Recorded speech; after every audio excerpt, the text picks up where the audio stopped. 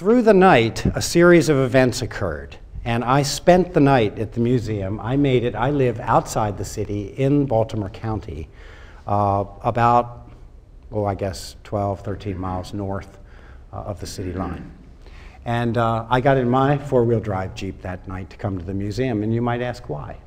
And I'm not going to tell you, but I'm going to show you why. Because when the sun peeked through the gray sky and it was still snowing the next morning, this is what the world saw.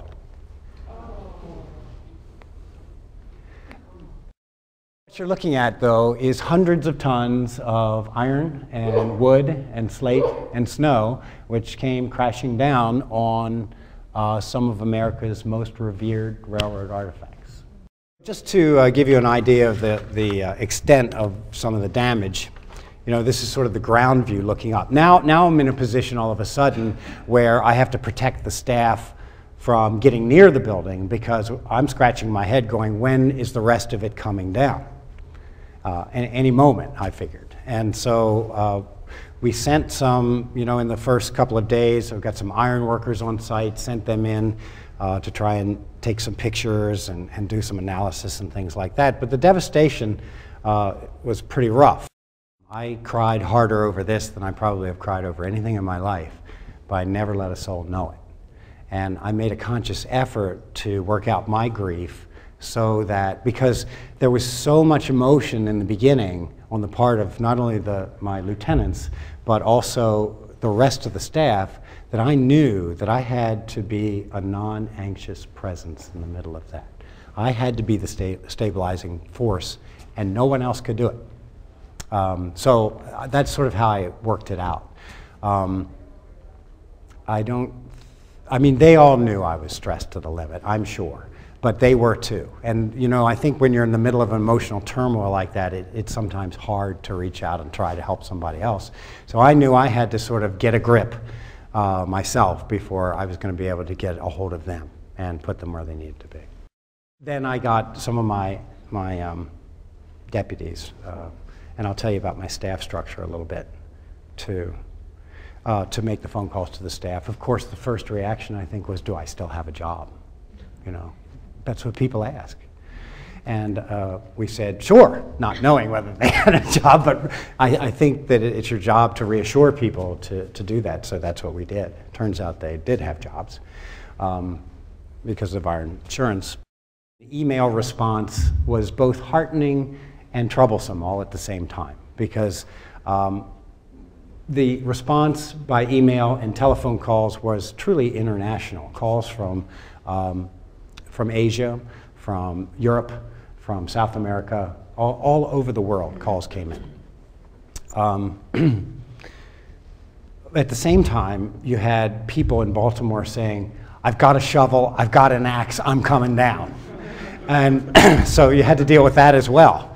So my development director sort of fielded all that and then began to use our website as the way to talk to the world.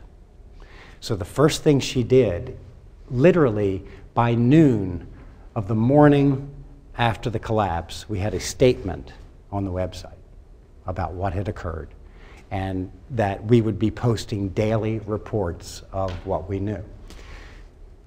And God love her, she also called a bank, set up the Roundhouse Restoration Fund, and put a link on how you could donate. So all within probably 6 to 8 hours of this occurring. These were really dark days, and the weather was bad, and we couldn't get near our offices. Most of us, and I'm talking about my little circle here because we hadn't quite yet brought the employees back. Lived out of our cars, on our cell phones, you know, bundled up in coats and slogged around in the wet snow with hard hats on and tried to figure out what to do. It was during this period that we put our heads together and began to think about whether we would recover or not. You know, I think you have to think that. What would we do? Is this so bad that we're not going to recover? So what are we going to do with our artifacts? What are we going to do with these trains? Because this museum might not reopen. Who are we going to give them to? How are we going to get through this process? So we began to think that way. At the same time, we were learning information from the insurance company about how much money we were going to get and what they were going to be responsible for and what they weren't going to be responsible for. As it turns out, the building was adequately covered. The artifacts were not. And later, when some analysis was done, the locomotives and cars suffered about $15 million worth of damage. Our insurance limit was 5. So later down the road, they wrote the check for 5, handed it to us, and said, see it. But the building pretty much was covered. We were overinsured for the building almost. So, but we knew we had financial resources. So learning this information and also finding out that we had business interruption insurance, which basically pays salaries, heat, light, expenses, lost income, all that sort of thing. It was good for 1 year, but there was no limit on how much. So then I could go to my staff and say, you really do have jobs. And so we proceeded that way and pulled the team together. Then we pulled the staff, the entire staff together, invited them down. There's a little building out in the backyard that we assembled them in, put some coffee and donuts out, let them see it for the first time up close. It was a really emotional day.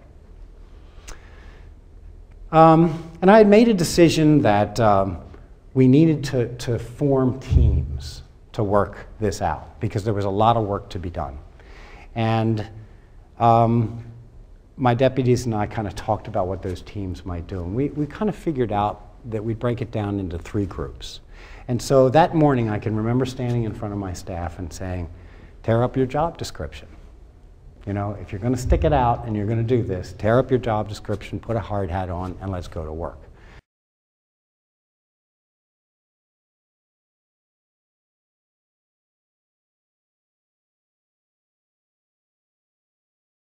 We decided we were going to build. We thought we had the resources to do it, at least to get the building up and going again. And I need to give you a little lesson in terminology here, just so you know what I'm talking about. The lower roof is what fell in, half of it, half an acre of lower roof. The clerestory is that ring of windows, and then there's a clerestory roof above that, and then what you might call the cupola or the dome is actually called a lantern on this building. So just for that. So we're beginning to think about, okay, we've got some challenges ahead of us, and we're beginning to learn a little bit more about the reconstruction process.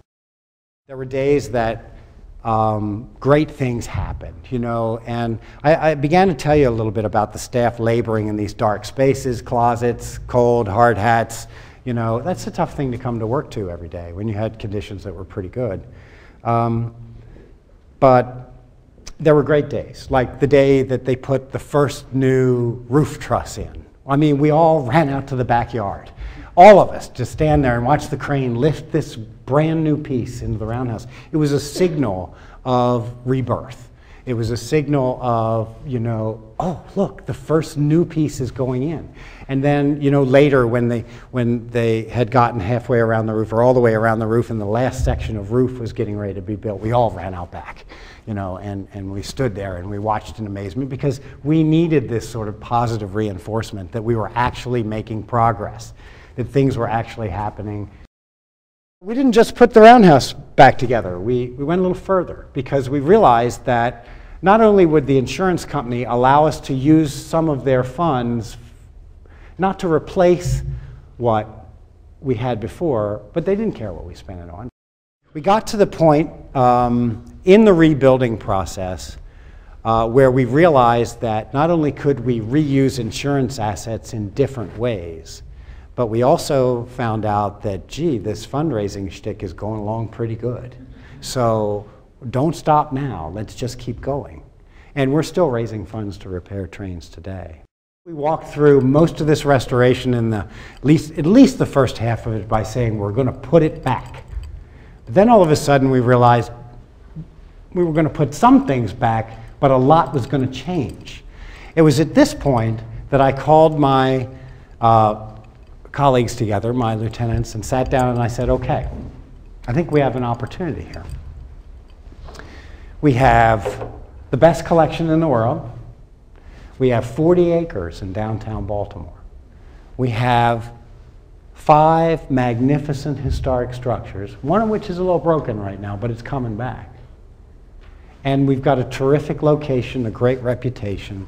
If you could close your eyes and start all over again and design a fantastic railroad museum from the ground up, what would you do? Well, then the creativity started to fly about what we could do, what we couldn't do. We accomplished a lot. The place today has twice the amount of visitor space that it did before we opened.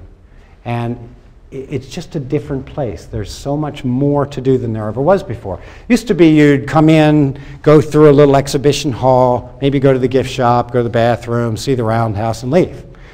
Now, I think visitors, and we've been surveying our visitors, they're staying 4 hours, 5 hours, and still not seeing it all. So there's a lot to do now. So we made some creative decisions along the way. All right. Pre-collapse and the new museum.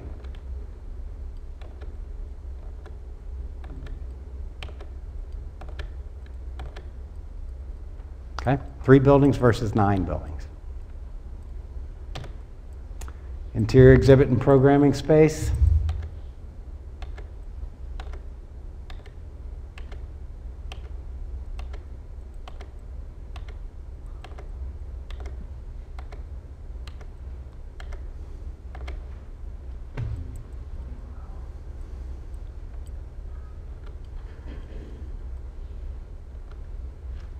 That's pretty much the way the place looks today.